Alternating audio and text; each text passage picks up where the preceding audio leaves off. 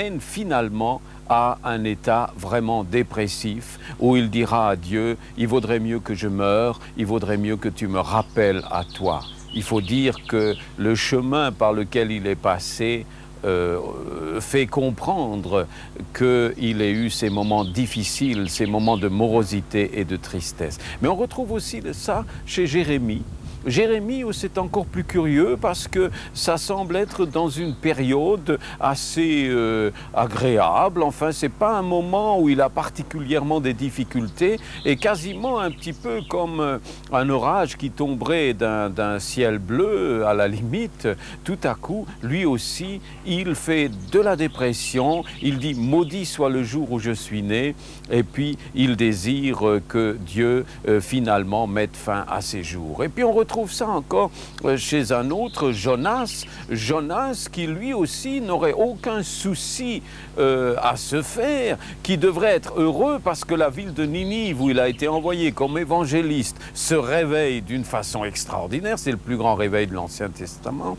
Et il dit lui aussi à Dieu, eh ben, la vie vaut pas la peine d'être vécue, je suis déçu, je m'attendais bien à ce que ça se passe comme ça, j'aurais voulu que ce soit autrement. Et puis, finalement, il dit à Dieu, eh ben, ôte-moi la vie. Et puis enfin, il y a bien sûr Élie qui, lui, a vécu quelque chose d'extraordinaire sur le mont Carmel. Il y a une grande rencontre de réveil.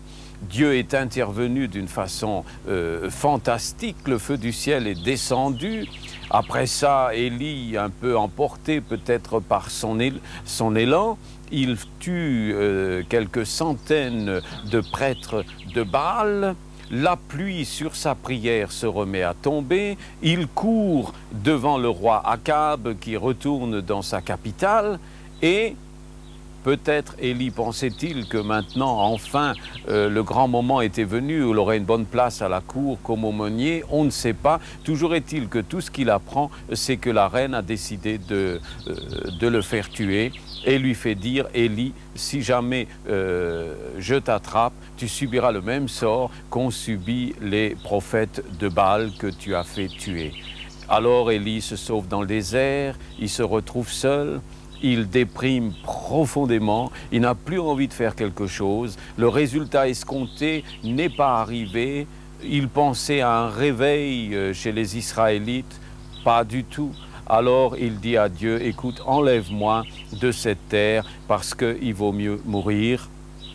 C'est beaucoup trop triste, je ne suis pas meilleur que mes pères. Et peut-être qu'effectivement, justement, dans cette phrase, il y a déjà une petite clé. Est-ce que Élie ne s'était pas un peu surestimé? Est-ce qu'il n'avait pas cru à un moment qu'il était un peu plus que les autres, emporté par le succès qu'il avait connu? Toujours est-il que là, il va devoir comprendre que non, il est un homme comme tous les autres, que si Dieu l'a choisi, c'est pas parce qu'il avait quelque chose de particulier, mais parce que Dieu est un Dieu de grâce. Tout est grâce dans la vie spirituelle. C'est une des choses que ces hommes vont retrouver et redécouvrir dans ces moments difficiles. Et ce qui est extraordinaire, c'est que ces moments difficiles ne terminent pas leur vie. C'est que ces moments de nuit, ces moments d'obscurité ne sont pas la fin du chemin. Et même s'il crie à Dieu de les reprendre à lui, non seulement Dieu ne les reprendra pas, mais Dieu va les faire entrer dans sa thérapeutique à lui. Il va les soigner d'une façon adaptée qui ne sera pas la même pour chacun.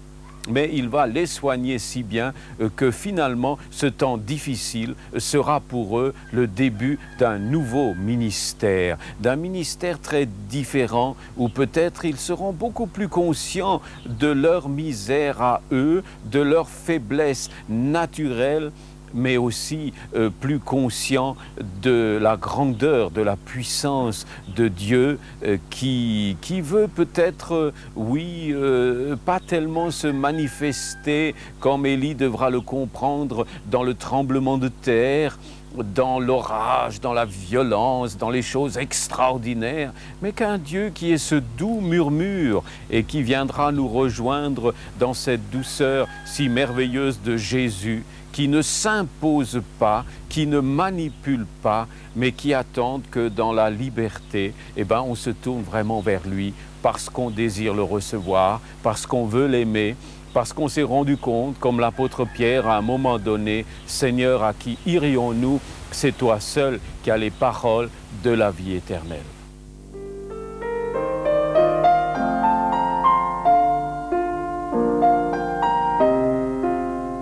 Les chrétiens d'aujourd'hui peuvent aussi connaître la dépression, qui souvent disparaît d'une manière soudaine, pour ne pas dire surnaturelle. Ces personnes déclarent alors que cette expérience les a enrichis. Elle leur a permis de grandir spirituellement, de s'approcher davantage de Dieu, de mieux connaître cette maladie et de pouvoir en témoigner aux autres. Voici un témoignage, celui d'Eliane Lac, responsable avec son mari d'un centre de jeunesse en mission en Suisse.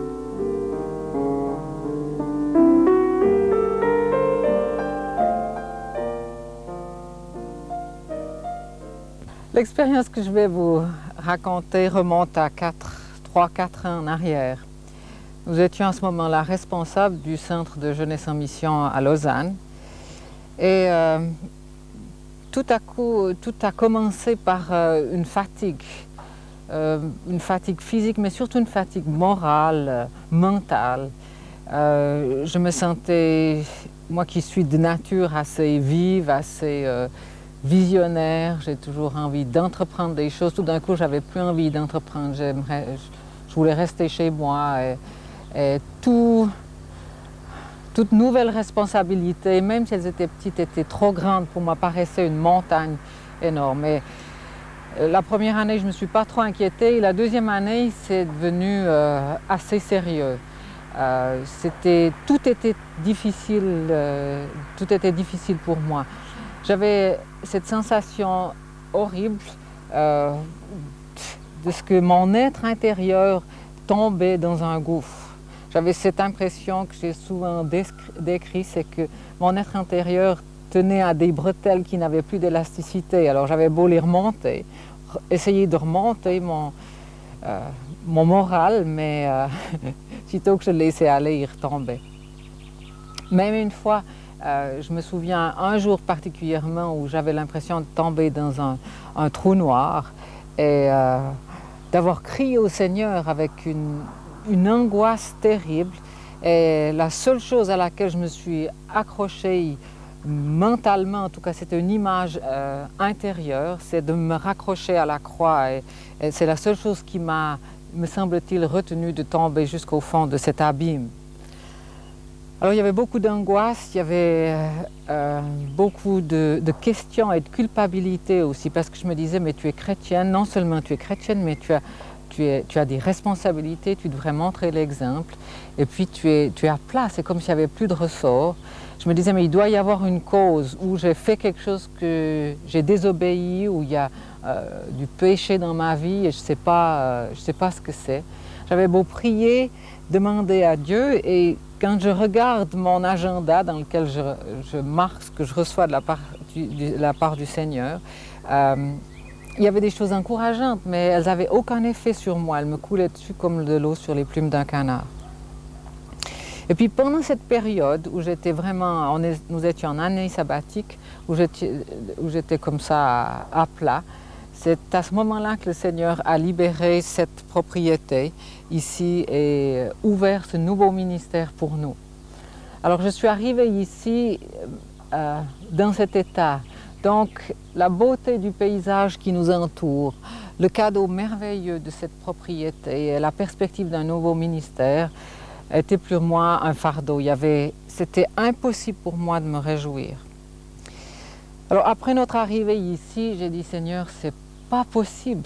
Ou il y a quelque chose dans ma vie où j'ai désobéi et tu me le révèles et je mets les choses en ordre, ou il faut que tu interviennes parce que c'est pas possible de mettre sur pied un nouveau ministère, de recommencer un travail, d'établir spirituellement ce nouveau centre dans l'état dans lequel je suis.